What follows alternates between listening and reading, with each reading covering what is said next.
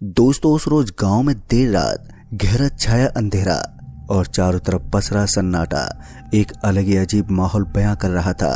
गांव के सभी लोग गहरी नींद के आगोश में थे, तो वहीं देर रात गांव का एक शराबी नशे में धुत बड़बड़ाते हुए अपनी धुन में घर लौट रहा था। पर चलते वक्त उसे एक जोरदार ठोकर लगी, जिस वजह से वो नीचे गिर पड़ा। फिर जब वो अपने आप को संभालते हुए उठा तो उसे एक हंसी की आवाज सुनाई पड़ी, और जब उसने उस ओर देखा तो उसे वहीं बड़े से पीपल के पेड़ के नीचे एक खूबसूरत सी लड़की दिखाई दी। उस खूबसूरत लड़की को रात में यूं अकेला देखकर उसका मन मचल उठा। वो बिना कुछ सोचे समझे अपने नशे की धुन में उस लड़की के पास चला गया, पर उस शराबी को नहीं मालूम था कि ये क्या बला है। खैर, वो उस लड़की के नजदीक जाते ही उसकी आंखों में आंखें डालकर देखने लगा, और देखते ही देखते वो ऐसे हाथ पांव मारने लगा मानो जैसे वो उस लड़की के कपड़े उतार रहा हो। मगर वो उस लड़की के कपड़े नहीं, बल्कि वो उस पीपल के पेड़ में बंधे वो अभिमंत्रित धागे तोड़ रहा था, जिससे उस खूबसूरत लड़की को कैद किया गया था। पर उस सुबह जब उसकी आंख खुली तो उसने अपने आप को उन्हीं धागों में लिपटा पाया। तभी जल्दी से उसने अपने आप को उन धागों से आजाद किया और चुपचाप घर चला गया।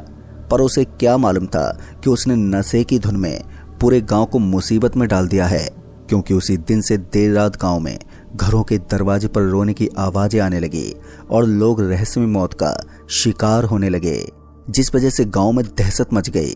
मगर ये किसी को कुछ नहीं मालूम था कि ये सब कैसे हुआ और इन मौतों का रहस्य क्या है, सिवाय उस शराबी के।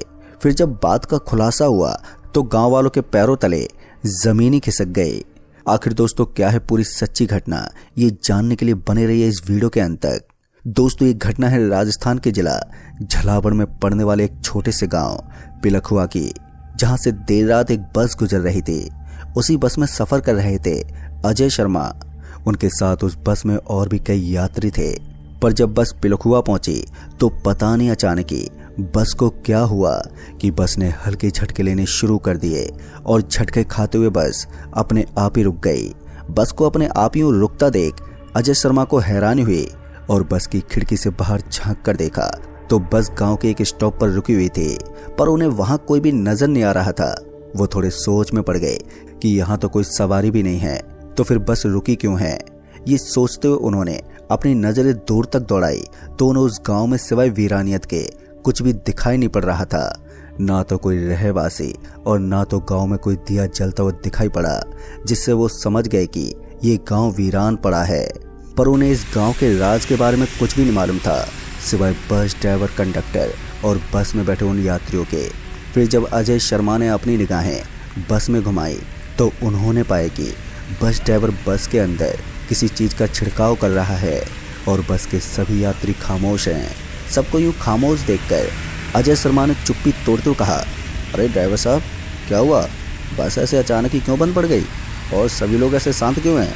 अजय शर्मा ने अभी इतना ही कहा था कि तभी ड्राइवर ने धीरे से कहा, थोड़ी देर तक अपनी जगह पर शांति से बैठे रहो, नहीं तो हम सबके साथ बहुत ही भयानक हो सकता है। इससे पहले अजय शर्मा फिर से कुछ बोलते कि उससे पहले ही कंडक्टर बोल पड़ा, अरे भाई साहब, आपको नहीं मालूम? जिस पर अजय शर्मा ने अपनी गर्दन को नामे हिलाते हुए जवाब दिया। दोस्तों, फिर जो उस कंडक्टर ने बताया तो उसे सुनकर तो अजय शर्मा बैठे बैठे ही कपकपाने लगे और उनकी जान हलक में तक आ गई थी। दरअसल उस कंडक्टर ने बताया कि जब मैं यहीं कोई 14-15 साल का था, जब इस गांव में एक घटना घटी थी। दरअसल इस गांव में एक शराबी देर रात नशे में धुत अपने घर लौट रहा था। उस रात पूरा गांव अंधेरे की चादर में लिपटा हुआ था और गहरी नींद में सोया हुआ था। मगर उस रात उस शराबी को ना तो उस दिन रात दिखाई पड़ रही थी और न ही गांव का सन्नाटा। वो बस अपने नशे की धुन में बड़बड़ाते हुए चले जा रहा था। पर तभी अचानक ही उसका सामना एक खूबसूरत लड़की से हुआ, जो गांव के पुराने पीपल के पेड़ के नीचे खड़ी थी। वो उसके हुस्न को देखकर उसका दीवाना हो गया और उसके पास चला गया। पर जैसे उसने उस लड़की को हाथ लगाया तो उसे ऐसा लगा जैसे वो शराबी उस लड़की के साथ मस्ती कर रहा हो। मगर वो कोई मस्ती नहीं, बल्कि पीपल के पेड़ में बंधे वो अभिमंत्रित धागे तोड़ रहा था, जिसकी वजह से वो लड़की आजाद हो गई। पर वो शराबी कुछ देर के बाद बेहोश हो गया, और जब सुबह उसकी आंख खुली तो वो उन धागों में लिपटा हुआ था। पर किसी को कुछ पता ना चले तो वो चुपचाप अपने घर चला गया। और फिर उसके बाद जो गांव में घटनाएं घटने लगी तो उसे देखकर गांव वालों के अंदर दहशत बैठ गई। हर कोई अपने घर से बाहर निकलने से भी डरने लगा। दरअसल गांव के अंदर देर रात रोने चीखने और चिल्लाने की आवाजें आनी शुरू हो गई। और तो और गांव में हर रोज एक ना एक मौत तो हो ही जाती, जिससे गांव वालों को कुछ भी समझ में नहीं आ रहा था कि आखिर ये कौन सी आफत है जो गांव के ऊपर कहर बनकर टूट रही है। तभी गांव वालों ने एक महापुरुष यानी कि एक सिद्ध बाबा को बुलवाया जो कि उज्जैन में रहते थे। उन बाबा के गांव में आते ही भीड़ जमा हो गई। सभी गांव वाले उन बाबा को घेर कर खड़े हो गए और उस भीड़ में उस वक्त मैं भी मौजूद था। वो बाबा दिखने में काफी बूढ़े थे। इससे पहले उन बाबा से गांव के लोग कुछ पूछते कि उससे पहले ही बाबा ने अपनी चुप्पी तोड़ते हुए कहा, अनर्थ, घोर अनर्थ, अब वो किसी को भी नहीं छोड़ेगी। गांव के एक आदमी की वजह से पूरा गांव खतरे में है। वो फिर से वापस आ गई है और अब वो इतनी ताकतवर है कि मैं भी उसे अपने वश में नहीं कर सकता। आप सभी की भलाई इसी में है कि जल्दी से जल्दी ये गांव छोड़ दो, नहीं तो किसी के भी साथ कुछ भी हो सकता है। उन बाबा की बात सुनकर सभी गांव वाले एक दूसरे का मुंह ताकने लगे और गांव वालों के दिलों में दहशत बैठ गई। गांव वालों का रोम रोम कपकपाने लगा क्योंकि बीते कुछ दिन पहले से ही गांव में अनहोनी होनी शुरू हो गई थी। जैसा कि बाबा बता रहे थे ठीक वैसा ही गांव वाले कुछ दिनों से झेल रहे थे। खैर तभी गांव के एक व्यक्ति ने पूछा, पर बाबा बात क्या है और कौन है जो गांव में ये सब कर रहा है? रात को रोने की आवाजें भी आती हैं और कुछ मौतें भी हो गई हैं, ऐसा क्यों? तभी उन बाबा ने एक गहरी सांस ली और आगे जो बताया तो उसे सुनकर तो गांव के सभी लोग गांव को उसी वक्त छोड़कर जाने को तैयार हो गए। दरअसल बाबा ने बताया कि इस गांव में आज से 60 साल पहले एक परिवार था जो कि काफी जमीन जायदाद वाला था। तभी उस घर में एक लड़की नई नई शादी होकर आई जिसका नाम था मनभर। पर वो उस घर से पूरी तरह से अनजान थी कि इस घर में कोई उसकी जान लेने की राह बीते कई वर्षों से ताक रहा है।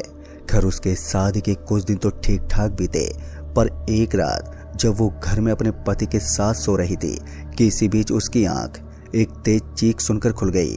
वो चीख उसे घर की छत के ऊपर से सुनाई दी थी और जब वो छत पर देखने गई तो वहां पर कोई भी नहीं था। जब उसे कोई नहीं दिखा तो वो सोच में पड़ गई। अभी वो अपनी सोच में ही डूबी थी कि तभी किसी ने उसके कंधे पर हाथ रख दिया। कंधे पर हाथ रखते वो एकदम से घबरा गई और जब उसने पीछे पलट कर देखा तो उसने पाया कि वो कोई और नहीं बल्कि उसका ही पति है, जो उससे कहने लगा, अरे जानू, तुम यहाँ अकेले छत पर यहाँ पर क्या कर रही हो? पर मनभर जो अभी डरी सहमी हुई थी उसने पहले तो अपने आप को शांत किया और कहा, मुझे अभी कुछ देर पहले यहाँ से एक चीख सुनाई दी थी। इस पर उसके पति ने उसे ये कहकर शांत कर दिया कि तुम कुछ ज्यादा ही काम करती हो, इसलिए तुम थक जाती हो और थकान की वजह से तुम्हें ऐसा वहम हुआ है और कुछ नहीं, चलो सो जाओ। और ये कहकर उसका पति मनभर को छत से कमरे में वापस ले आया। मनभर अभी अपनी आंख मीचने वाली थी कि तभी उसे ऐसा लगा जैसे कोई खिड़की से झांककर उसे देख रहा हो। जब उसने ध्यान से देखा तो अब भी वहां पर कोई नहीं था। लिहाजन उस रात मनभर उसे अपना वहम मानकर सो गई। पर अब उसको कुछ ठीक नहीं लग रहा था। कभी तो उसे उस घर में चीखने की आवाज सुनाई देती तो कभी हंसने की, और तो और अब उसका सर भी भारी रहने लगा था।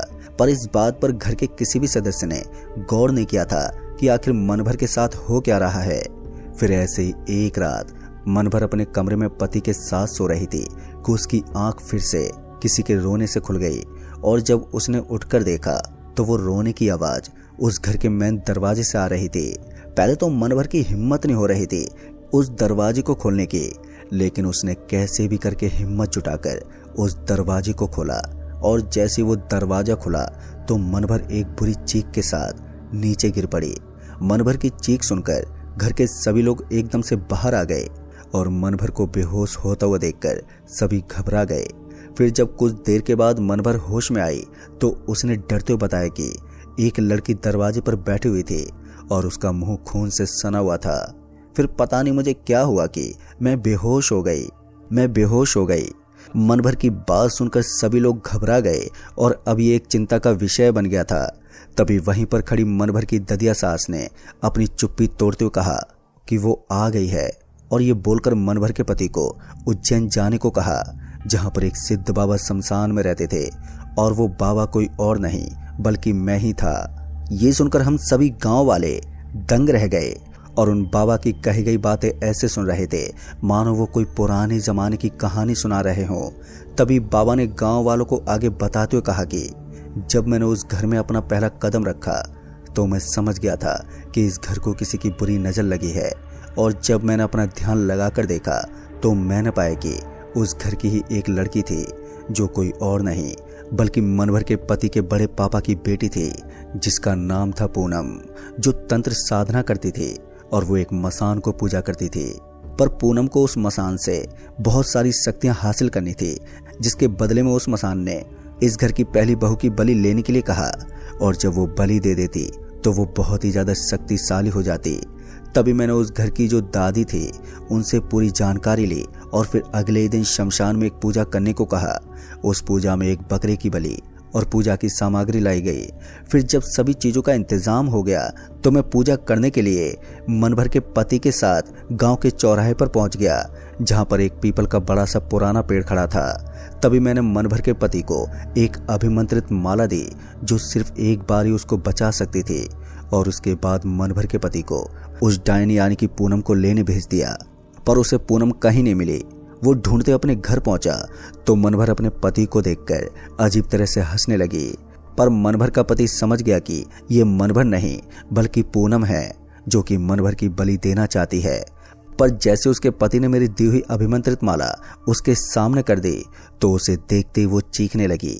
मनभर का पति किसी तरह उस डायन को धकेलते हुए गांव के चौराहे पर ले आया तो मैंने जल्दी से उस डायन के चारों ओर एक रेखा खींच दी।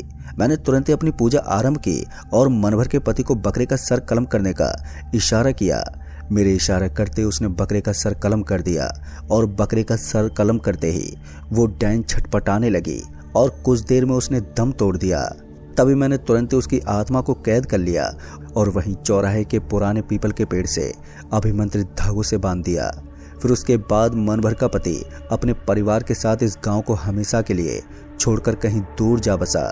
पर वो डायन तब से लेकर अभी तक यहाँ पर कैद थी, लेकिन ना जाने कैसे एक शराबी की गलती की वजह से वो डायन आज़ाद हो गई है, और अब वो इतनी शक्तिशाली है कि मैं भी उसे अब बस में नहीं कर सकता।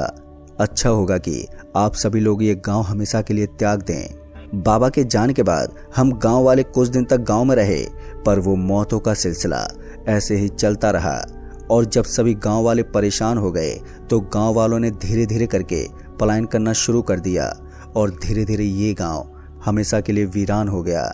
पर इस गांव में उस डायन की आत्मा आज भी घूमती फिरती है। अगर कोई भी इस गांव में रात के समय गलती से भी चला जाता है तो वो कभी भी वापस नहीं लौटता।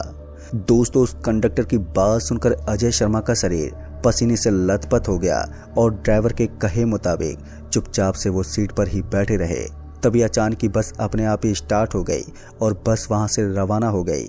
दोस्तों, कहते हैं इस गांव से जो सड़क गुजरती है, अगर देर रात उस सड़क पर कोई भी वाहन गुजरता है तो वो अपने आप ही बंद पड़ जाता है।